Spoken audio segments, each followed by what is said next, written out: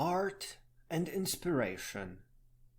Today I wrote 3 poems. First about inspiration to wisdom, second about meaningful education, and third about the first 2. Every once in a while I have to turn myself around, because even though I'm not rhyming, these poems still steer themselves. And I simply want to write about what to draw, what to paint. Choosing inspiration for art is a lot of trouble. For one, it is just not possible to use a random picture. You have to be connected to something inspiring, and you have to be the one to take the reference photo.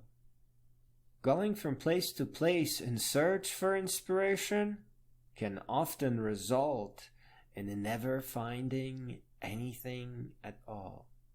And this is a huge problem, because without inspiration to art, you can't really create art. One time at the college, everyone was asked to hurry out of the classroom, and I realized a naked model was preparing to pose. I remembered how the teacher's assistant once pointed at a small, seemingly comfortable chair in the corner, made a face that I've never seen before, and muttered to herself, "I would never sit on this." The last thing I saw before leaving the classroom was the teacher plastering paper over the glass portholes in the door. If the model wishes to celebrate beauty, that's fine.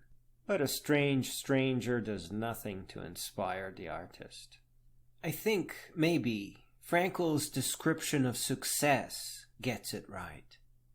Success, like happiness, cannot be pursued, it must ensue, and it only does so as the unintended side effect of one's personal dedication to a cause greater than oneself. So it may be that the search for art inspiration must be a byproduct of something slightly greater. And I can't think of anything more colorful right now than the things that one discovers on Little Adventures. There is no telling what a little adventure is, but if I was pressed to describe one, I would say that a little adventure is going somewhere somewhat within a walking distance. One of my little adventures that I particularly adore is taking a long, lonesome walk across the city of Plymouth in Michigan. I ended up in an old bookstore, and all the way in the back, on the bottom shelf, tucked atop a dusty cardboard box filled with magazines, sat The Peaceful Warrior by Dan Millman. It is not a perfect book, but they rarely are. It certainly is a precious book. I read it in a single go, and it kindled my lifelong love for antique stores and knickknacks and trinkets and bookstore cats. That, in my book, is a perfect adventure.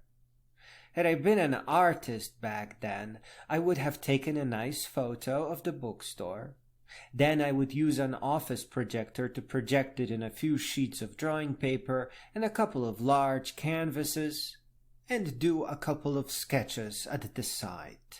Probably work on a painting, though I would do the underpainting at home and wait for the oils to dry.